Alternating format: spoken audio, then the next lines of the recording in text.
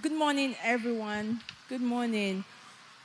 Um, I'm so proud of my dad, TB Joshua. Dear Daddy, it's hard to put in words how remarkable a person you are.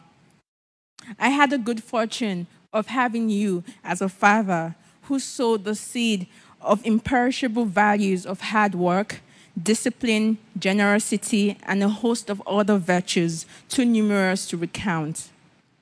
I remember the countless times you called me in boarding school, asking me about my favorite subjects, how my exams went, and for some reasons, asking me to predict what I think I got in every test.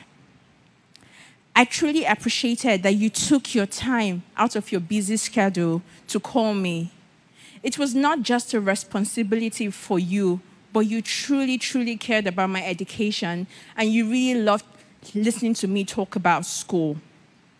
I would not be what I am today if not for your encouragement, your support, and your formidable dedication. You emptied yourself for your family and served humanity. Practically everything I know about the love of God, I learned from you. From a tender age, I was excited and eager to hold the microphone for my dad every Sunday service. And after every Sunday service, he kept on asking me, "How is the service today?" And he told me that the work of God is so beautiful to do. This became really part of my growing up experiences with him.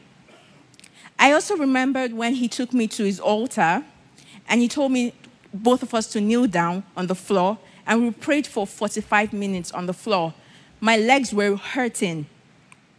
He later told me that the flesh is weak, but the flesh is weak, but the spirit is willing. Indeed, you lived a prayerful life.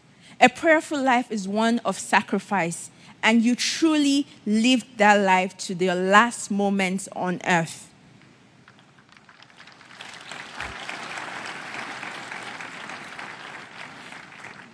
I am in awe of your love and fear of God.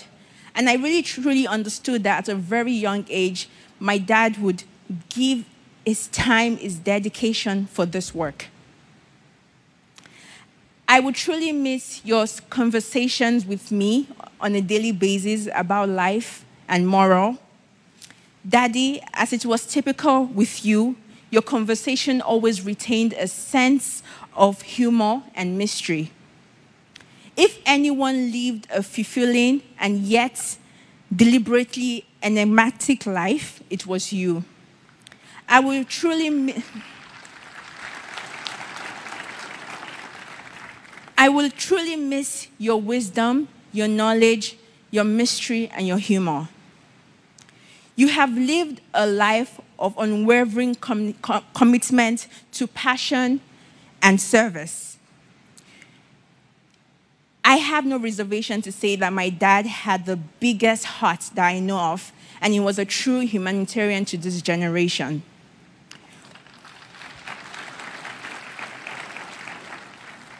What a feat you have left for all of us to live up to. I'm still surprised to hear about all the condolence messages from people around the world concerning your compassion. Even some people I've never met in my life, they all testify to your compassion and your humility.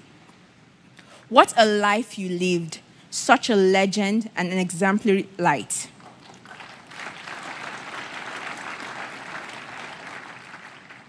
I believe that by God's grace and your peculiar sense of time, that while we were not ready, you were fully prepared for the call home. Rest in peace, Daddy, your loving daughter, Sarah.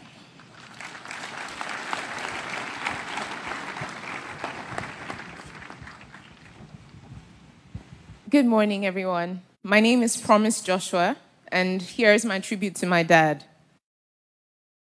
As devastated as I was upon hearing about the news of my dad's passing, I can't say that I was completely unprepared for that day. Growing up as a biological daughter to a man like Prophet TB Joshua, my dad raised me to understand that he was on a mission in this world. For him, life on earth was spiritual warfare, not a place to get too comfortable like it was home. He essentially lived each day like it was his last, with most of his time spent at his prayer mountain, utterly focused on executing an assignment that only him seemed to be in the know of what the instructions were. Since I became more socially aware and more inquisitive about my dad's life, I realized that the implication of such a lifestyle was that once he was done accomplishing what he was sent for, he will be called back home to the one who sent him. I must say that my dad did an excellent job at preparing me mentally, emotionally, spiritually, and even physically for a moment like this. I remember the conversations we had, particularly last year, when I spent over a year with him at his prayer mountain, right before he eventually released me to pursue my master's. He said to me, "Before I release you, you have to spend nothing less than 6 months with me. Then you can go and do whatever you want to do." I ended up spending over a year with him. I saw him almost every day of that year. He'll tell me about how I needed to strengthen my relationship with God, carried me along at least 3 out of the countless times that he dedicated to prayer in a day. Most mornings, he would wake me up, would do our morning exercise routine, and we would have conversations about the most random topics. There was no aspect of my life that he didn't try to leave a positive footmark on in that year. By the time he was done with me and ready to release me back into the world, there was this sense of fulfillment that I observed in both of us. In retrospect, the memory of this moment is a place where I find solace now that he has passed on. I remember our trips to Arigidi Akoko, Ondo State. He made sure that I was present when he was visiting the old people in town. He would ask me to kneel with him as we kindly asked the elders to accept our gifts. They would pray for us. He would look at me and say, "This is the good life." I remember our trips from his new site to his old site. I would fall asleep in the car, and he would always make a point to wake me up to ensure that I was observing my environment, to see the reality of life for thousands of Nigerians. He'll tell me never to think that I was more deserving of the life that I had as a result of the grace of God in his life than the people that were on the street. For me, this was an important lesson that shaped my perspective and daily interactions. Lastly, Daddy, I want to say thank you for being such an exceptional role model. Your life is a living testimony of how God can raise a young boy from an underprivileged background with so much passion and zeal for God's work and use him in extraordinary ways. It is also a testimony of the extent to which one person's life can make such a massive positive impact in the world, with the thousands of lives that bear witness to the positive mark that you've made in their lives and in this world. I'm so proud to be your daughter, Daddy. Till we meet again in heaven, Dad. From Pom Pom, as he usually calls me, your twin.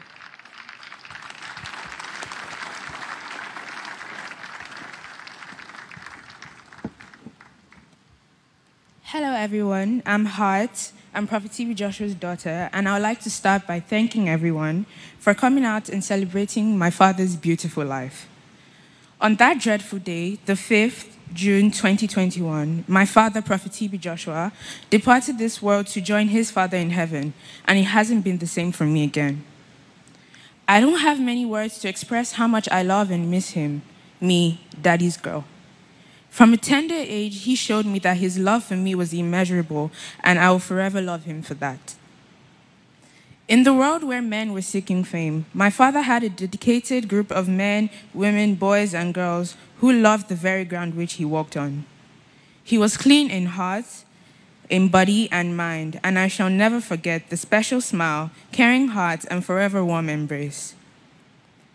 Knowing that I had someone who I could call on anytime and pour out my all to was one of the greatest parts about having a mighty man as a father. My father was an extraordinary person. He was not only the best role model, but he volunteered in his free time. He wasn't okay with only being a wonderful father, but he gave back to the world and helped those who were in need.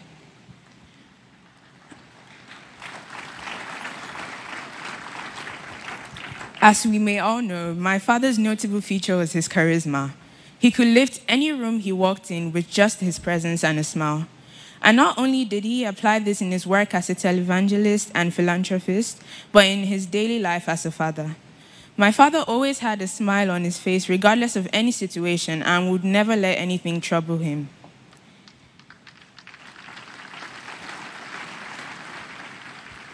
He was a jovial man, full of fun and laughter. He played uncountable jokes with me and my sisters, and sadly is leaving a hole in our hearts, which no one can fill. One of my favorite memories with my dad was the time where he got me my first bike. I was elated and bouncing with joy. I had been pressuring him countless times for a bike, but he pushed me aside, so I guessed he didn't want to get it from me.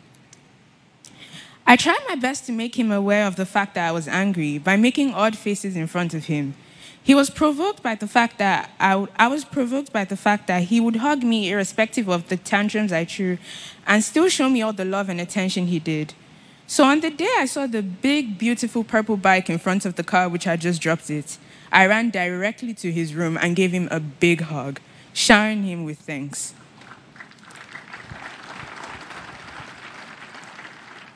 I cherish every moment I had with my father, and I know he's smiling down at us right now.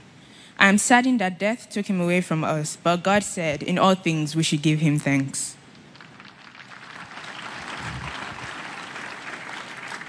His death has left a scar in our hearts, but his legacy will stand in our lives. I feel so grateful to have had as much time as I had with him, and I will always remember having the most ambitious and remarkable father. My father was the most important person in my life, and I feel heartbroken to no longer have my father and spiritual figure with us. His memory will not only carry on in my heart, but in the hearts of everyone lucky enough to have known a delightful and astonishing man like Prophet TB Joshua. I am confident that we will meet at the feet of Jesus on the resurrection morning.